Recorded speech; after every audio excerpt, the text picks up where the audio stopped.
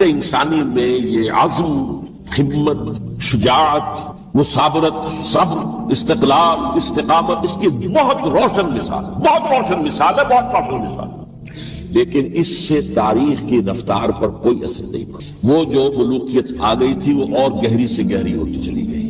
واقعہ کربلا کے بعد تو واقعہ ہررا ہوا میں نے گنوا دیا، اس سے زیادہ تو میرے خیال میں کہ اور ہمارے لیے لائق شرم جو ہے وہ واقعہ ہے ہی نہیں۔ حضرت امیر معاویہ کا انتقال ہو گیا، یہ سن 60 ہجری ہے۔ اب سوال پیدا ہوا کہ وہ ولی عہدی کی بیعت اب بیعت خلافت میں منتقل ہو جائے گا۔ لہذا پھر یہ ہوا کہ سب لوگوں سے، سب گورنروں کو لکھ دیا گیا تمام صوبوں کے اندر کہ اپنے اپنے لوگوں سے بیعت لے لو۔ ظاہر بات ہے کہ وہاں کوئی ریفرنڈم نہیں ہوتا تھا، کوئی ووٹ نہیں ہوتے تھے کہ اس کی پرچیاں ڈالی جا رہی ہیں، ایک ایک شخص سے رائے لینا نہیں ہوتی تھی، بلکہ اس وقت کی جمہوریت یہ تھی اور شرائعت یہ تھی کہ ڈفرنٹ کلینز ہیں، ڈفرنٹ فیملیز ہیں، ڈفرنٹ ٹرائبس ہیں، ان کے سردار، ان کے بڑے لوگ، ان کے اہم لوگ بیعت کر لیں تو گویا کہ سب کی بیعت ہو گئی۔ وہ قبائلی نظام تھا اور اس میں یہ نہیں تھا نظام کے ووٹ بنے ہوئے ہوں اور اس کی پرچیاں ڈالی جا رہی ہوں۔ تو تمام عالم اسلام نے گویا کہ بیعت قبول کر لی اب یزید کی بحیثیت خلیفہ۔ اب وہ جو 5 آدمی تھے ان میں سے ایک فوت ہو چکے تھے، حضرت عبد الرحمن ابن ابی بکر رضی اللہ تعالی عنہما، دونوں فوت ہو گئے، لیکن باقی 4 رہ گئے۔ ان چاروں کو نوٹ کیجئے، یہ بڑا سینسٹیو ایشو ہے جس پر میں اب گفتگو کر رہا ہوں۔ ان چاروں میں کون ہیں؟ عبداللہ ابن عباس، عمر میں سب سے بڑے وہ، اور ان کی شان یہ ہے کہ انہیں حبر الامہ کہا گیا ہے، امت کے سب سے بڑے عالم، اور قرآن مجید کے وہ سب سے پہلے مفسر ہیں۔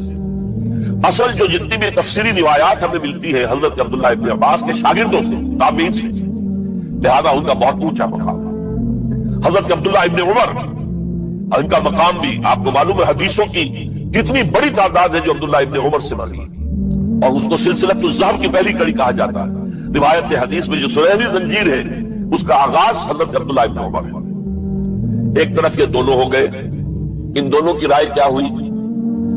اگرچہ کام غلط ہوا ہے، یہ اس طریقے سے قیصر و کسریٰ کی روایت پر عمل کرنا غلط ہے، لیکن یہ اتنی بڑی غلطی نہیں ہے کہ اس کی وجہ سے باہمی جنگ و جدال ہو، خونریزی ہو، ایک دوسرے کی گردنیں کاٹی جائیں اور فتنہ و فساد پیدا کر دیا جائے۔ لہذا انہوں نے یزید کی بیعت کر لی۔ 2 حضرات رہ گئے، یہ نسبتاً نوجوان ہیں، ان دونوں کی پیدائش ہجرت کے بعد ہوئی ہے۔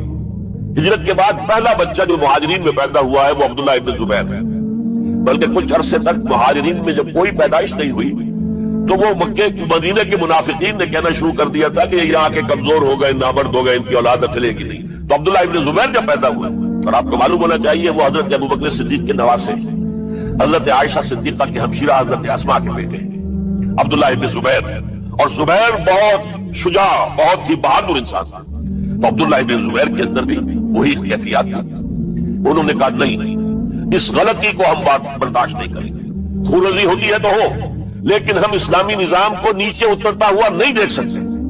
جیسے کبھی حضرت ابوبکر نے فرمایا تھا ایبدل الدین وانا حی، کیا دین میں ترمیم اور تنسیخ کر دی جائے گی، دین کو بدل دیا جائے گا، دین میں تحریف کر دی جائے گی، جبکہ میں ابھی زندہ ہوں، میں جیتے جی یہ نہیں ہونے دوں گا۔ حضرت عبداللہ ابن زبیر کی رائے ہوئی وی ہیو ٹو چیلنج، ہم مقابلہ کریں گے، ہم اسے پیسively قبول نہیں کریں گے۔ انہوں نے بیعت سے انکار کیا اور مدینہ چھوڑ کر مکے جا کر حرم کے اندر پناہ گزین ہو گئے۔ یہی معاملہ حضرت حسین بن علی رضی اللہ تعالی عنہما کا تھا، وہ بھی نہایت شجاع، نہایت جری، نہایت بہادر۔ انہوں نے بھی کہا کہ یہ غلط قیصر و کسریٰ کی روایت جو شروع ہو رہی ہے اسے ہم نے ریزسٹ کرنا ہے اور اسے ہم آگے نہیں چلنے دیں گے۔ تاریخ انسانی میں یہ عزم، ہمت، شجاعت، مثابرت، صبر، استقلال، استقامت، اس کی بہت روشن مثال ہے، بہت روشن مثال ہے، بہت روشن مثال ہے۔ لیکن اس سے تاریخ کی رفتار پر کوئی اثر نہیں پڑا۔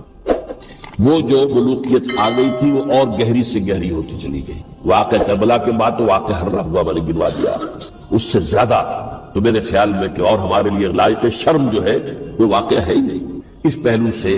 لیکن حضرت حسین کا ایک، اب ان کو یہ کہ میں مطلب یہ کہ اگر میں ان کے ہاتھ پر بیعت کر لیتا ہوں جو کہ اس وقت سامنے موجود تھے کہ یزید کی بیعت تمہارے ہاتھ پر کرتا ہوں، تو گویا کہ اپنے آپ کو سرنڈر کر دیتے، لیکن انہوں نے قتل کیا۔ اصل قاتلان کوفی، وہی سبائی۔ البتہ یہ ہے کہ اس واقعے کی جو یادگار ہے اس میں کوئی شک نہیں ہے کہ اس نے مسلمانوں میں سے ایک گروہ کے دل میں قربانی اور شہادت کا جذبہ بہت پیدا کیا، اس میں کوئی شک نہیں۔ اور جس طریقے سے کہ عاشورہ محرم میں یاد منائی جاتی ہے، جس طریقے سے اس نے اہل تشیع کے اندر قربانی کا جذبہ بے انتہا پیدا کیا کہ دیکھیے حضرت حسین رضی اللہ تعالی عنہ کی اس شہادت کے بعد اس کے بعد واقعہ حرہ بھی ہوا ہے، جو واقعہ کربلا سے بھی بعض اعتبارات سے زیادہ بھیانک اور زیادہ گھناؤنا واقعہ ہے۔ بنو امیہ کی تاریخ ہے جس کو لوگ جانتے ہی نہیں۔ مدینہ کے کچھ لوگوں نے بغاوت کی اور انہوں نے اس کے خلاف فوج بھیجی، اور فوج کو جو مدینہ فتح کر لیا 3 دن کے لیے حلال کر دیا، جو چاہو کرو، یہاں جسے چاہو مارو، جسے چاہو لوٹو، جس کا گھر چاہو برباد کرو، جس عورت کو چاہو ریپ کرو۔ اور یہ مدینہ النبی کے اندر ہوا۔ تو کاٹ کھانے والی ملوکیت کے اندر بہت سے واقعات تھے۔ عبداللہ ابن زبیر کھڑے ہوئے، انہوں نے حکومت قائم کی تھی، لیکن یہ کہ وہ تو 6 سال کے لیے کامیاب بھی رہے، ایک حکومت قائم کی، بنو امیہ کے ہاتھ پر بیٹھ نہیں کی، بالآخر ان کی حکومت بھی ختم ہو گئی۔ پھر حضرت زید کھڑے ہوئے، انہوں نے بغاوت کی، وہ بھی ناکام رہ گئے۔ پھر بنو عباس میں کھڑے ہوئے حضرت نفس زکیہ، حضرت حسن رضی اللہ تعالیٰ عنہ کی اولاد میں سے، وہ بھی ناکام ہو گئے، شہید ہو گئے۔ پھر یہ سمجھ لیا گیا کہ اب یہ جہاں تک 6ٹھی منزل ہے وہ تو دوبارہ تعمیر نہیں ہو سکتی، یہ تو جس کی لاٹھی اس کی بھینس، جس کے پاس طاقت ہوگی اس کی حکومت ہوگی، جس کا قبیلہ زیادہ قوی ہوگا، جس قبیلے میں زیادہ عصبیت ہوگی، مضبوط ہوگا، متحد ہوگا، طاقتور ہوگا، اسی کی حکومت ہوگی۔ البتہ اس کے نیچے لوگوں کے اخلاق کی اصلاح کرو۔ صوفیاء کرام نے وہ کام اپنے ذمہ لیا، اور بالکل وہی کام ہے کہ جو ائمہ اہل بیت کرتے رہے۔ حضرت حسن کی اولاد میں، پھر حضرت علی بن حسین رضی اللہ تعالی، حضرت حسین کی اولاد میں، پھر امام محمد باقر، امام محمد جعفر صادق، اور اس کے بعد بھی 5 اور، کسی نے بغاوت نہیں کی۔ جیسے علماء کرام کام کر رہے تھے اور جیسے صوفیاء کرام کام کر رہے تھے، ایسے ہی وہ مسلمانوں کی علمی تربیت، روحانی تربیت اور تزکیہ کر رہے تھے، کسی نے حکومت کو چیلنج نہیں کی۔ نوٹ کر لیجیے اس بات میں۔ پھر میں نے عرض کیا کہ جہاں تک خلفاء ثلاثہ کی شہادت کا اور شہادت حسین یا سانحہ کربلا رضی اللہ تعالیٰ عنہم اجمعین کا تعلق ہے، اصل میں اس کو نہیں سمجھ سکتے لوگ جب تک کہ ریولوشن اور کاؤنٹر ریولوشن کا فلسفہ سمجھ میں نہ آئے۔ جب کسی ملک میں، کسی خطہ ارضی میں کوئی انقلابی تحریک چل رہی ہوتی ہے، ظاہر بات ہے ابتدا میں تو انقلابی لوگ چند ہوتے ہیں، کمزور ہوتے ہیں، ضعیف ہوتے ہیں، ان سے کوئی خطرہ محسوس نہیں ہوتا، لیکن کشاکش کے دوران ایک وقت آ جاتا ہے کہ پھر جو مخالف انقلاب ہیں وہ یہ سمجھ بیٹھتے ہیں، سمجھ جاتے ہیں کہ اب ہماری پیش نہیں جا رہی، اب ہمارا بس نہیں چلے گا، لہذا سر جھکا دو۔ اسے پنجابی محاورے میں کہا جاتا نیوی پاؤ، اس وقت تو وقت کو گزارو۔ اب اس کے بعد پھر کوئی موقع ملا تو دیکھیں گے کہ اس انقلاب کو ہم انڈو کر سکیں، کاؤنٹر ریولوشنری موومنٹس۔ یہ اصل میں فلسفہ سمجھ میں نہ آئے اور ریولوشن کا فلسفہ سمجھ میں نہ آئے تو سیرت النبی سمجھ میں نہیں آ سکتی۔ منہج انقلاب نبوی میری کتاب ہے، اس کو پڑھیے تو سیرت کا وہ تجزیہ آپ کے سامنے آئے گا جو آپ کی آنکھیں کھول دے گا کہ سیرت کو ہم کیا سمجھتے رہے اور سیرت اصل میں ہے کیا۔ بہرحال یہ کاؤنٹر ریولوشنری موومنٹس تھیں کہ جب عرب میں حضور کو فیصلہ کن قوت حاصل ہو گئی تو جو بھی مخالفین تھے انہوں نے سر جھکا لیا، سرنڈر کیا، اسلام لے آئے، گویا کہ چھپ گئے اسلام کے لبادے میں۔ لیکن وہ تھے اسی تاک میں کہ پھر کبھی موقع ملے تو پھر ہم اس نظام کو دہو بالا کر دیں، تلپٹ کر دیں۔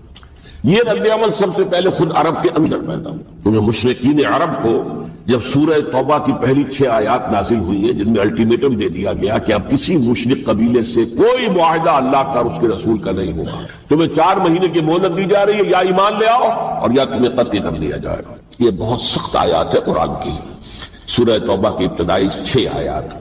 اور حضرت علی رضی اللہ تعالیٰ عنہ کا کہنا یہ ہے کہ اس آپ کو معلوم ہے کہ مصحف میں یہ واحد صورت ہے جس سے پہلے بسم اللہ الرحمن الرحیم نہیں لکھی بھی، آپ کو نظر آتی، باقی 113 صورتوں کے شروع میں بسم اللہ الرحمن الرحیم ہے۔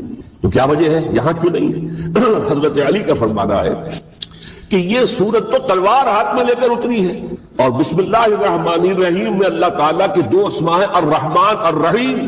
تو یہ گویا کہ اس سے متضاد صورتحال ہے کہ اب تمہارے لیے آخری موقع ہے، یا ایمان لے آؤ اور یا قتل کر دیے جاؤ۔ اس میں ایک تیسری گنجائش خود بخود نکلتی تھی، یا یہ ملک چھوڑ کر چلے جاؤ، اور ایسا بہت سے لوگوں نے کیا، لیکن اکثر لوگوں نے گردن جھکائی۔ لیکن رد عمل ظاہر ہوا، ایک تو مرتدین کھڑے ہو گئے جنہوں نے نئی نئی نبوتوں کو مان لیا، ایک مانعین زکوٰۃ کھڑے ہو گئے کہ ہم زکوٰۃ تمہیں نہیں دیں گے، یہ رد عمل تھا۔ مشرک عرب کا، مشرکین عرب کا، اور حضرت ابو بکر رضی اللہ تعالیٰ عنہ کے دفتر فضائی کا یہ بڑا اہم باب ہے. ود این آئرن فسٹ، حالانکہ وہ بہت رقیق القلب، کمزور نہیں الجثہ انسان تھے، لیکن یہ کہ عظیمت کوہ ہمالا جو ہے ان کے اندر ظاہر ہوئی ہے. ود این آئرن فسٹ انہوں نے ان ساری جو رد عمل کی جو تحریکیں تھی انہیں کچل کر رکھ لی، اور پھر پورے عرب کو گویا کہ اثر نو اس میں اسلام کے نظام کو کنسولیڈیٹ کر کے حضرت عمر کے حوالے کر دیا رضی اللہ تعالیٰ عنہ. حضرت عمر کے زمانے میں جو جنگیں ہوئی اس میں سلطنت روما جو ہے، جو اس وقت کی دو سپر پاورز تھی، سلطنت روما قیصر روم، ہیراکلیس ہرقل تھا اس وقت کا جو رومی جو قیصر روم تھا، حکمران تھا، شہنشاہ تھا، اور دوسری طرف ایرانی مملکت تھی، خسرو پرویز تھا. لیکن یہ کہ عیسائیت کے ساتھ اسلام کا اس طرح کا تصادم نہیں ہوا تھا حضور کے زمانے میں، بلکہ نجاشی رحمت اللہ علیہ نے تو مسلمانوں کو پناہ دی تھی. ماقوقس پیٹریارک جو تھے اس کے الیگزینڈریا کے، انہوں نے حضور کے جو نامہ مبارک گیا تھا اس کا بہت اکرام کیا، تکریم کی، تحفے بھیجے حضور کی خدمت میں. ہرقل نے بھی کوشش کی تھی کسی طریقے سے، جیسے کوئی 250 برس پہلے یا 300 برس پہلے، 300 برس پہلے جیسے کانسٹنٹائن جو ایمپرر تھا روم کا، اس نے عیسائیت قبول کی تھی اور ساری سلطنت عیسائی ہو گئی تھی، لہذا اس کی سلطنت باقی رہی، اس کی حکومت باقی رہی. اسی طرح ہم سب مسلمان ہو جائیں، لیکن اس میں وہ ناکام ہو گیا. لیکن یہ کہ کوئی اس نے کنفرنٹیشن نہیں کی حضور سے. البتہ ایران کا معاملہ یہ تھا کہ اس کے پرخچے اڑ گئے. اس نے حضور کے نامہ مبارک کو چاک کیا تھا، حضور نے فرمایا جب اطلاع ملی کہ اس نے اپنی سلطنت کو چاک کر دیا ہے، اس کے ٹکڑے کر دیے. بہرحال وہاں رد عمل شدید تھا، اور ایرانی جان لیجئے کہ ان کے اندر بہت اسٹرانگ نیشنلزم ہے، آج بھی ہے اسٹرانگ نیشنلزم. لہذا ان کے ہاں رد عمل شدید تھا، ان کی تو سلطنت ختم ہو گئی، نسیہ منسیہ ہو گئی.